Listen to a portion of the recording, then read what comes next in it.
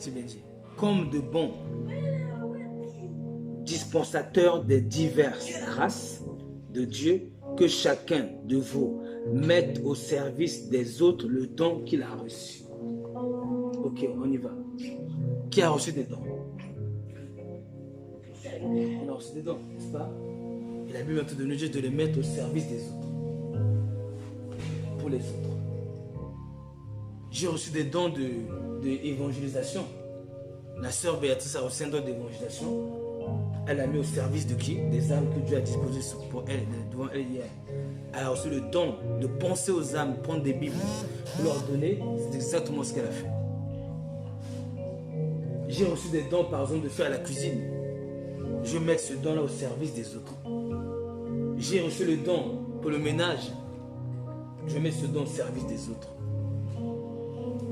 J'ai reçu des dons d'être excellent dans l'ordinateur.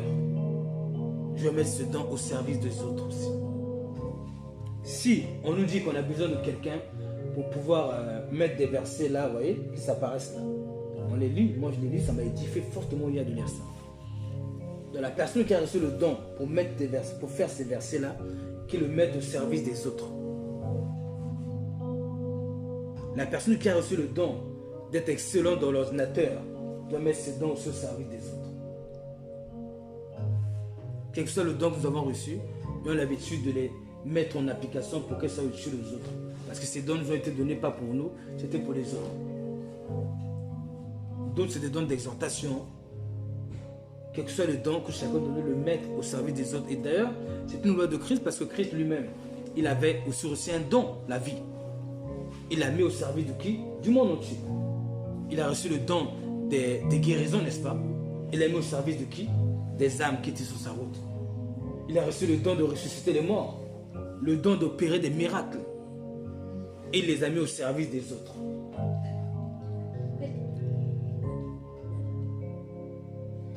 Il y avait le centenaire, je crois que Christ était venu guérir. Il a dit à Christ, guéris mon fils. Il n'y a pas le peuple d'Israël a dit, Maître, guéris-le, car c'est lui qui a créé qui a construit notre synagogue, quelque chose comme ça. Le centenaire avait fait ça. Il a construit la synagogue des Juifs pour qu'ils prient. Il a mis ses dons, des finances au service de l'église de l'époque, d'Israël, comme on va dire. Donc c'est important pour nous de considérer que si nous avons un don, ce n'est pas pour nous, c'est pour les autres.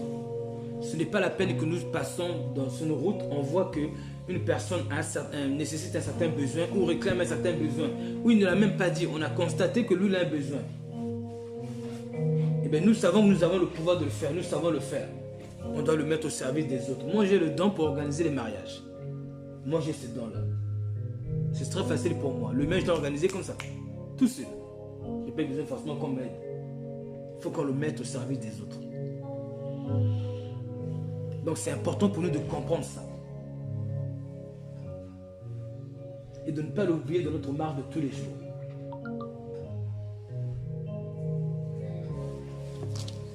Donc c'était une loi de Christ. Autre loi de Christ.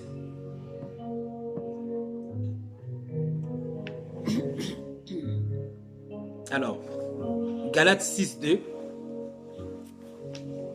C'est-à-dire que loi de Christ parce que caractère de Christ, exemple de Christ, ce sont des principes de Christ que nous devons absolument calquer dans notre vie, jour après jour, pour ressembler à Jésus-Christ de plus en plus. Et ça doit être un véritable plaisir de chercher à ressembler à Jésus-Christ. Galates 6.2. Galates 6.2. Portez les fardeaux les uns des autres et accomplissez ainsi la loi de Christ. Alléluia. Galates 6.2, je vais lire moi aussi. Même si je le connais par cœur. Portez les fardeaux les uns les autres et vous accomplirez ainsi la loi de Christ. Ils doivent le faire eux-mêmes. Tu peux en 20 secondes. Parce qu'en réalité, peut-être que ça aurait pas été résolu hier. Ou peut-être que ça aurait été résolu mais mal, avec confusion, voilà, je ne sais pas. Quoi qu'il arrive, je veux juste dire que par là, portons les fardeaux les uns les autres. Et nous accomplirons la loi de Christ. Le fardeau de mon frère, c'est mon fardeau. Le fardeau que Christ a porté à la croix, c'était le mien. C'était le nôtre. Et Christ n'est pas passé devant notre fardeau en disant, ah, il a tel besoin, ah, il a besoin de ceci, il est passé autre. Non, Christ lui a porté notre fardeau. C'est toujours calqué sur le modèle de Christ que je présente ça, vous voyez. Christ a porté notre fardeau à tous à la croix. En allant évangéliser, nous sommes en train de porter les fardeaux des autres aussi. Comme Christ a porté notre fardeau. Et des fois, porter le fardeau de l'autre consiste à quoi? À ce que l'autre à côté de moi a péché. Ben, je viens, je l'emmène dans la prière. Porter le fardeau de l'autre, c'est aussi quoi? Ben, je me suis disputé avec telle, mon épouse par exemple. Mais mon épouse n'a pas reconnu son erreur. Elle s'est pas rendu compte qu'elle est de l'erreur. Elle est restée bornée de ses idées, par exemple. Et moi, qu'est-ce que je vais faire? Je vais aller déjà venir la voir pour dire, bon, on se réconcilie. Et je la ramène de la prière. Je crée une ambiance de réconciliation, vous voyez. Pourquoi? Pour que dans une ambiance de réconciliation et de paix, elle ne sera plus oppressée par le diable, qui lui dira, il t'a fait ci, il t'a fait ci. Vous voyez? Parce que des fois, on n'entend pas la raison, on ne voit pas nos erreurs parce qu'on est oppressé par le diable qui nous a hérités. Donc, quand je décide de ramener mon épouse dans la réconciliation, bien que c'est elle qui avait fait une bêtise, vous voyez, je suis en train de créer un climat de paix dans sa pensée, dans son atmosphère spirituelle. On dit que le feu de l'esprit, le feu de justice est semé dans la paix, parce qu'il recherche la paix. Donc, porter son fardeau, c'est venir dire, allez, vas-y, on oublie. On passe, vas-y, c'est pas grave, laissons ça de côté. Même si je suis blessé. Et après, on va commencer à discuter. Et dans ce climat de paix, le Saint-Esprit va commencer à lui parler. Elle va commencer à être à l'écoute. Parce qu'elle ne pouvait pas être à l'écoute parce qu'elle n'était pas dans un climat de paix. Elle était dans un climat de querelle, de colère. Vous voyez un peu? Donc, porter le fardeau de l'autre, c'est... Il y a une discorde. Je crée un climat de paix pour que la personne soit plus réceptive à la correction du Saint-Esprit. Quand le Saint-Esprit va la corriger. Mais souvent, on n'est pas réceptif à la correction du Saint-Esprit quand nous sommes dans l'irritabilité, dans la colère, dans la rancune. C'est aussi ça, porter le fardeau de l'autre.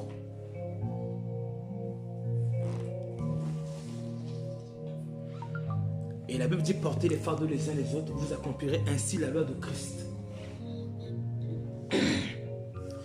C'est-à-dire que je porte son fardeau parce que je lui accorde du prix. L'offense qu'elle m'a fait ne change pas sa valeur devant Dieu. Le péché qu'elle a fait devant Dieu ne change pas sa valeur. Et je marche avec ça dans mon esprit. C'est-à-dire que l'offense que la personne m'a fait ne doit pas changer ma façon de la regarder. Il faut que ma façon de la regarder, c'est-à-dire mon amour pour elle, qui est animé de mon amour pour Dieu, soit assez ferme. Ferme. Pour que les offenses qu'elle va faire ne viennent pas troubler l'état de mon cœur par rapport à elle. Ne viennent pas troubler. Et pour ça, il faut vraiment que je cherche cette communion profonde avec Dieu. Il faut que la révélation de Dieu soit vraiment intense en moi.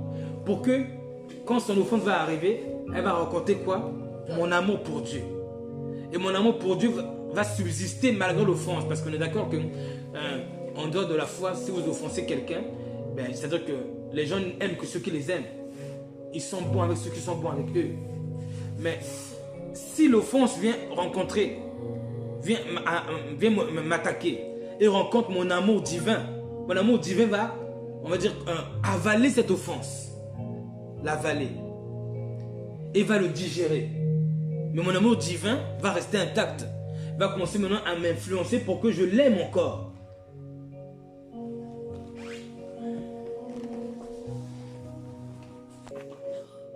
Donc je sais que la valeur que j'accorde à cette personne est influencée par la puissance de mon amour pour Dieu. Le moteur qui anime mon amour pour cette personne, c'est Dieu.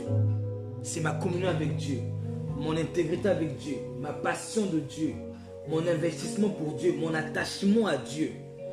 Mon attachement à Dieu parce qu'elle est forte, elle va m'amener à supporter l'affliction de l'autre. Et je continuerai à porter son fardeau malgré les afflictions qu'elle va me faire. Parce que les afflictions qu'elle va me faire ne seront pas à mes yeux plus importantes que l'intérêt ou la valeur que j'accorde à son âme. C'est vraiment ça en fait. Il faut que la valeur que j'accorde à son âme soit beaucoup plus forte que les offenses qu'elle va me faire, les afflictions qu'elle va me faire, les déceptions qu'elle va me faire, il faut que la valeur que j'accorde à cette personne surpasse de loin ses offenses. C'est ainsi que Jésus-Christ, Dieu, la valeur qu'il nous a accordée, a surpassé de loin nos offenses. On dit que là où le péché a abondé, la grâce de Dieu a surabondé. N'est-ce pas? C'est ce que Dieu a fait. Donc nous aussi, c'est une façon de dire que là où le péché de l'autre abonde dans notre vie, là où ses offenses abondent envers moi, là où ses persécutions abondent, son caractère insupportable abonde, ma grâce va surabonder. Mon amour pour lui va surabonder. Ma patience envers elle va surabonder. Ma persévérance envers elle va surabonder. Pourquoi? Parce que je tire cette force de ma communion avec Dieu, mon attachement à Dieu, mon désir d'être agréable à Dieu. C'est là où je soutire ça. Et ça me permet d'être maintenu intact. Les offenses arrivent, je suis comme un ballon qui rebondit. L'offense arrive comme on tape sur un ballon, rebondit, et la balle reste intacte. Elle ne se dégonfle pas quand on lui tire dessus. Ainsi, je vais un peu imaginer ma communion avec Dieu ou mon attachement avec Dieu ou ma persévérance. Et c'est ainsi que je pourrai toujours porter le fardeau de l'autre, même quand il m'aura offensé. Parce que c'est facile de dire que je porte le fardeau de mon époux, il revient du travail, je fais la cuisine. Je porte le fardeau de ma femme. Ben, elle m'a épousé, elle m'aime, elle vit dans ma maison. Du coup, je vais lui acheter des cadeaux, des fleurs, je vais lui combler d'amour. C'est facile et c'est humain de faire ça. Tout le monde peut le faire. Et Jésus disait que si vous aimez ceux que vous aimez, quel mérite allons-nous vous donner? Les pécheurs font de même. Et nous avons dans l'histoire, on sait que Hitler avait un chien qu'il aimait. Pendant qu'il faisait du mal aux Israélites, il avait un chien qu'il aimait. Donc, pour dire que quoi? Ben, il faut que l'offense de l'autre ne soit pas une occasion pour moi de cesser d'accorder de la valeur à l'autre. De telle sorte que je ne vais plus vouloir porter son fardeau. Je vais être capable de porter son fardeau même lorsqu'elle est désagréable, même lorsqu'elle est difficile. En fait, je ne dois pas faire attention à ses offenses. Je dois plus faire attention à la valeur que Dieu lui accorde. Donc, qui est aussi la valeur que je lui accorde. Si on pouvait garder ça dans l'esprit, même moi qui parle, jour après jour dans nos habitudes, mettre ça dans nos habitudes, cela nous aiderait beaucoup. Cela nous éviterait beaucoup de disputes à la maison. Beaucoup de conflits avec nos voisins, avec nos collègues.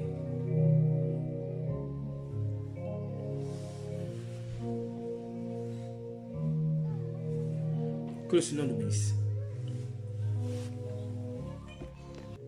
En regardant sa valeur, Jésus a inconsidéré l'offense que nous faisons à Dieu, tous les péchés que le monde a commis.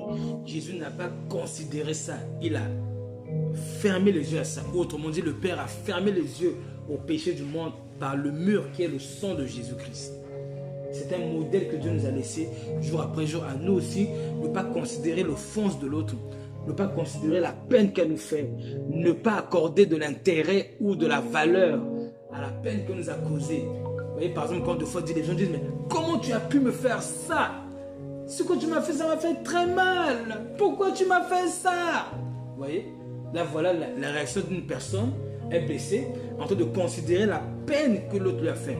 Elle accorde du prix à la peine que l'autre lui a fait. Non, il faut justement qu'on ne considère pas cela, il faut qu'on dédramatise pour considérer, pour plutôt avoir les yeux fixés sur la valeur de l'autre. La valeur de l'autre ne doit pas disparaître de notre conscience, ou ses fautes ne doivent pas ternir la valeur que nous lui accordons.